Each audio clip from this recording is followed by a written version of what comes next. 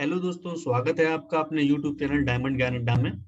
और मैं आज मनोविज्ञान के 30 प्रश्नों के साथ एक मॉक टेस्ट में प्रस्तुत हुआ हूँ।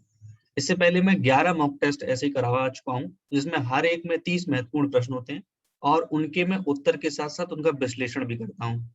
तो अगर जो कोई भी सबसे पहले चैनल को देख रहा हो तो चैनल को सब्सक्राइब कर ले, बेल आइकन को प्रेस कर ले ताकि उसको नियमित रूप से वीडियो मिलती रहे। चलिए शुरुआत करते हैं आज के सेट का पहले क्वेश्चन से। पहला क्वेश्चन लिखा हुआ है कि सामान्य परिपक्वता से पहले प्रशिक्षित करना प्राय सामान्य कौशलों के निष्पादन के संदर्भ में बहुत लाभकारी होता है, दीर्घकालिक दृष्टिकोण से लाभकारी होता है, सभी दृष्टिकोण से हानिकारक होता है, या प्रशिक्षण हेतु उपयोग में ली गई विधि पर निर्भर करते हुए लाभकारी या हानिकारक होता है। देखिए क्वेश्चन को समझ लीजिए। जैसे कोई बच्चा है और हर किसी की एक परिपक्वता की स्टेज होती है, एक मेच्योरिटी लेवल होता है।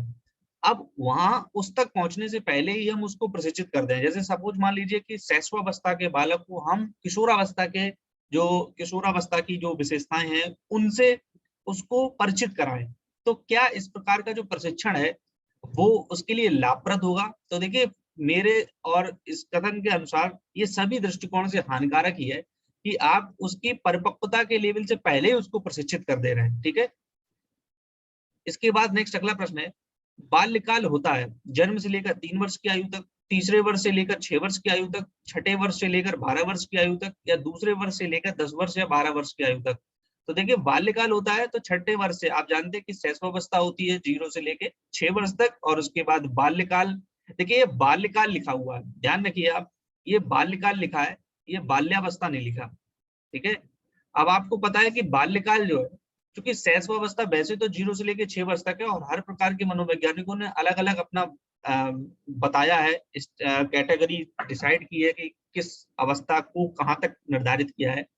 तो इसलिए बाल्यकाल जो है वो 2 वर्ष से ही प्रारंभ हो जाता है और लगभग 10 वर्ष या 12 वर्ष तक रहता है। नेक्स्ट अगला प्रश्न है कि विद्यार्थियों को विद्यालय में खेल क्यों खेलना चाहिए? यह उन्हें शारीरिक रूप से सशक्त करता है, यह शिक्षकों को कार्य आसान करता है, यह समय बिताने में सहायक होगा, या यह सहयोग एवं शारीरिक संतुलन का विकास करेगा। तो निश्चित बात से कि विद्यालय में खेल खेलने से क्या होता है, एक तो सहयोग की भावना आती है और साथ ही साथ उनका शारीरिक संतुलन भी विकसित होता है। अगला प्रश्न है कि निम्नलिखित में से अधिगम संबंधी कौन सा कथन सही नहीं है? इसे उचित वातावरण चाहिए, परिपक्वता का इससे कोई संबंध नहीं है, सहायक सामग्री अधिगम में मदद करती है, या अधिगम प्रक्रिया में अभिप्रेरणा महत्वपूर्ण भूमिका निभाती है। देखिए, इसमें उचित वातावरण चाहिए, सबको पता है। परिपक्वता का इससे कोई संबंध नहीं है, यही गलत है भाई। परिपक्वता का संबंध बिल्कुल बिल्कुल अधिगम से है। जैसा कि आप पहले क्वेश्चन में देख चुके कि बालक जिस स्तर का हो जाएगा उस स्तर की उसको जानकारी दी जाती है। तभी आपने देखा होगा कि क्लासों में विभाजित होता है सिलेबस की, कक्षा 1 में क्या पढ़ाया जाएगा, कक्षा 2 में क्या पढ़ना है, कक्षा 3 में क्या पढ़ना है, कक्षा 4 में क्या पढ़ना है। नहीं तो ऐसा हो तो 1 में ही कक्षा 4 का पढ़ा दिया जाए, है ना। तो एक निर्धारित एक आयु वर्ग होता है कि इसको बालक के सीखने की एक उम्र है। ठीक है। इसके बाद अगला प्रश्न है कि शिक्षा बच्चों की सहायता होती है उनके, मतलब बच्चों को सहायता करती है शिक्षा, किसमें करती है? शारीरिक विकास में, मानसिक विकास में, सर्वांगीण विकास है, या केवल चरित्र विकास में? तो सभी को पता है कि सर्वांगीण विकास में शिक्षा महत्वपूर्ण करती है, और इसमें समस्त पक्ष आते हैं, चाहे वो शारीरिक हो, मानसिक हो, संवेगात्मक हो, नैतिक हो, सामाजिक हो, सभी चीजों में। ठीक है। अगला प्रश्न है कि शिक्षण सबसे अधिक प्रभावी होता है जब विद्यार्थी विषय में रुचि लेते हैं, शिक्षक को विषय का गहन ज्ञान हो, विद्यार्थियों को उनके मानसिक स्तर के अनुरूप शिक्षा दी जाए, या एक ही विषय वस्तु को बार बार दोहराया जाए। बताइए इसका आंसर क्या होगा? देखिए, विद्यार्थियों को उनके मानसिक स्तर के अनुरूप शिक्षा दी जाए। हम बार बार कह रहे हैं कि जिस स्तर का बच्चा है अगर उसके अनुसार ही उसको पढ़ाया जाएगा तो उसको रुचिकर भी लगेगा, और वो उसमें रुचि लेते हुए आपका जो शिक्षण अधिगम है, जो टीचिंग स्किल है, वो भी बहुत अच्छी होगी। अगला प्रश्न है कि एक बाल कक्षा में सीखे गए गणित का उपयोग किसी अन्य विषय के प्रश्न को हल करने में करता है, तो यह क्या है? अधिगम का सकारात्मक स्थानांतरण, अधिगम का शून्य स्थानांतरण, अधिगम का नकारात्मक स्थानांतरण, या प्रेरणात्मक स्थानांतरण? तो निश्चित रूप से ये कैसा स्थानांतरण है? अधिगम का सकारात्मक स्थानांतरण में, मतलब एक जगह का सीखा हुआ ज्ञान किसी दूसरे जगह में प्रयोग करना ही सकारात्मक स्थानांतरण कहलाता है। अगला प्रश्न है कि निम्नलिखित में से कौन सा कारक बच्चे के संवेगात्मक विकास को सबसे कम प्रभावित करने वाला है?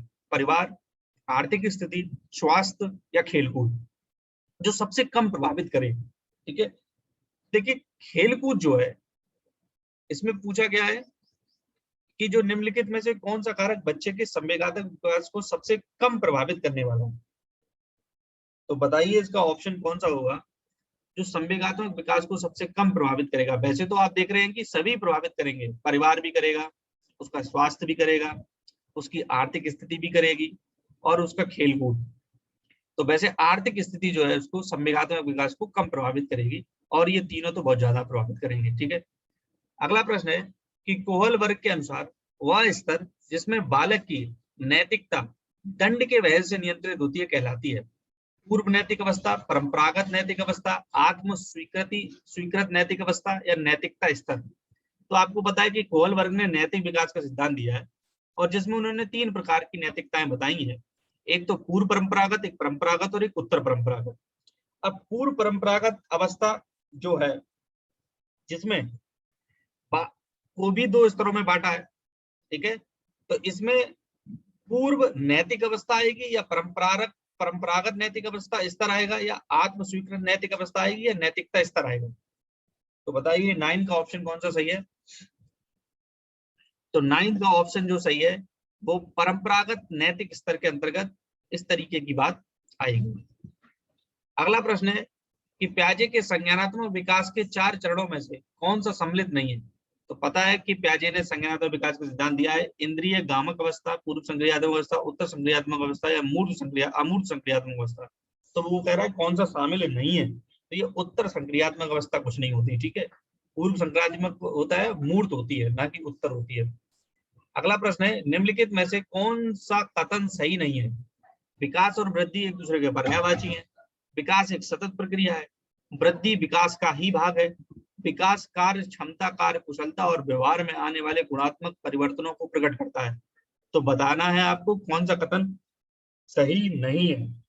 देखिए ए कि विकास और वृद्धि एक दूसरे के पर्यायवाची नहीं है। ठीक है, विकास जबकि वृद्धि जो है वो विकास का ही भाग है, ये होना चाहिए, ना कि पर्यायवाची। ठीक है, अगला प्रश्न है कि निम्नलिखित में कौन सी नैतिक आदत नहीं है। सत्य बोलना, सहानुभूति दिखाना, सही उच्चारण करना या जीवों पर दया करना।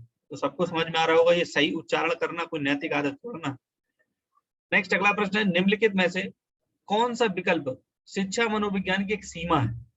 बाल विकास की विभिन्न अवस्थाओं का ज्ञान, कक्षा की समस्याओं का समाधान, बालक केंद्रित शिक्षा, वैयक्तिक भिन्नताओं की समस्या।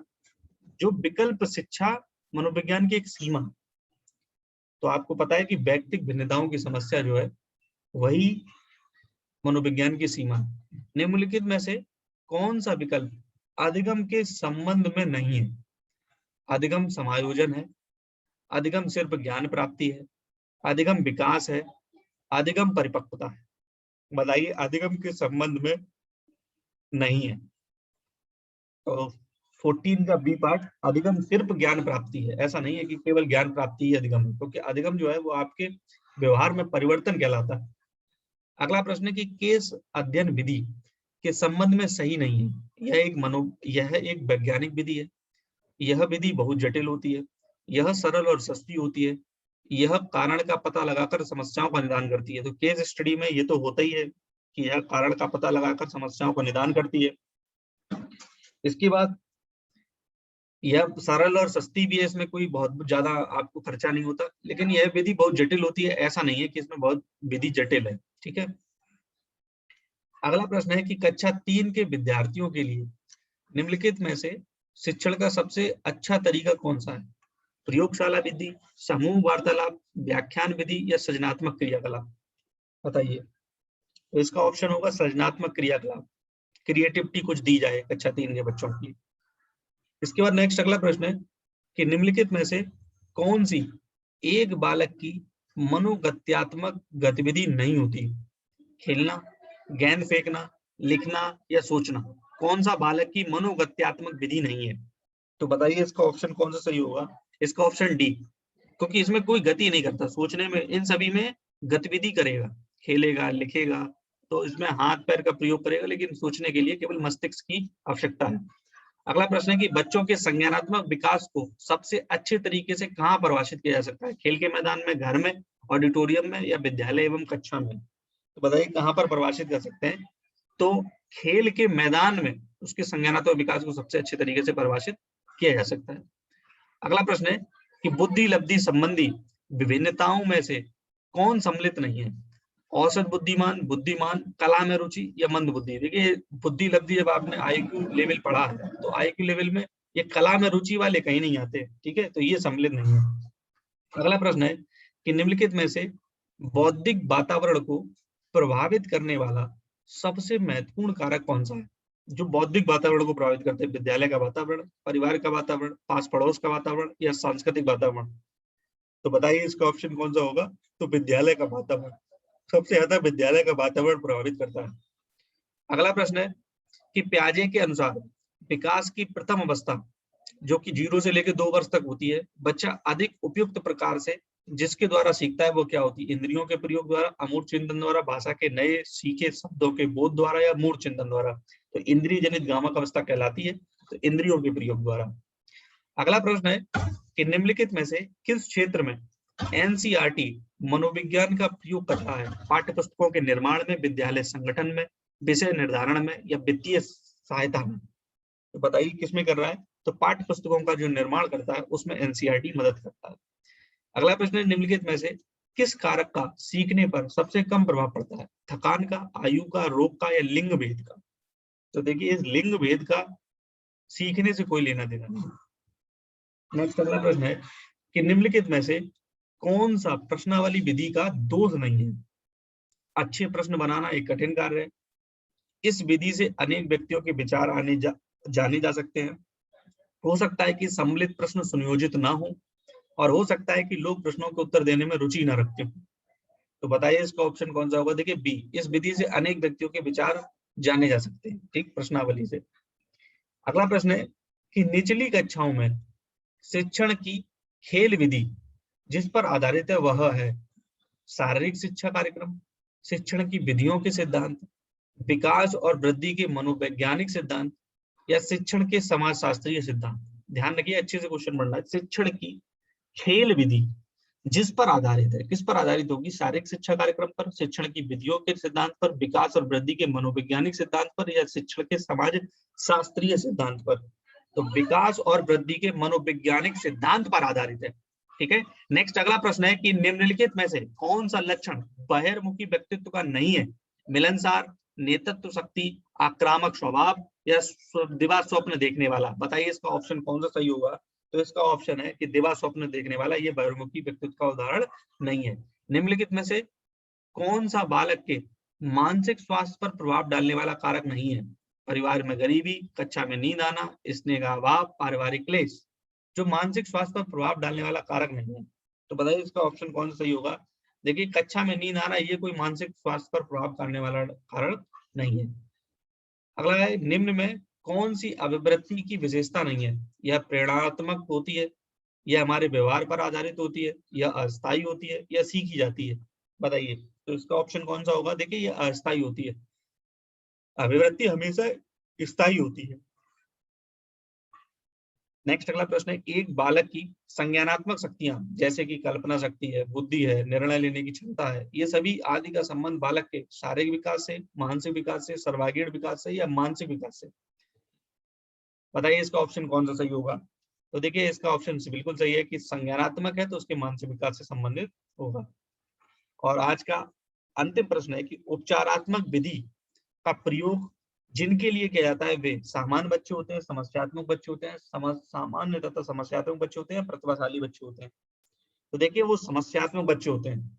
उपचारात्मक विधि क्या होती है? आप जानते हैं कि उपचारात्मक विधि के माध्यम से जो बच्चों को समस्या से ग्रसित होते हैं, किसी प्रकार की कोई समस्या होती है तो उन समस्या का निराकरण करते हुए उनको शिक्षित किया जाता है। तो इस तरीके से आज के मॉक टेस्ट में आपने 30 महत्वपूर्ण प्रश्नों को किया। आप देखिए कि आपको कितना आता है और इसी तरीके से वीडियो अगर आपको अच्छी लगी है तो वीडियो को लाइक करिए और चैनल को सब्सक्राइब कर लीजिए, बेल आइकन को प्रेस कर लीजिए ताकि नियमित रूप से आपको वीडियो मिलती रहे। धन्यवाद।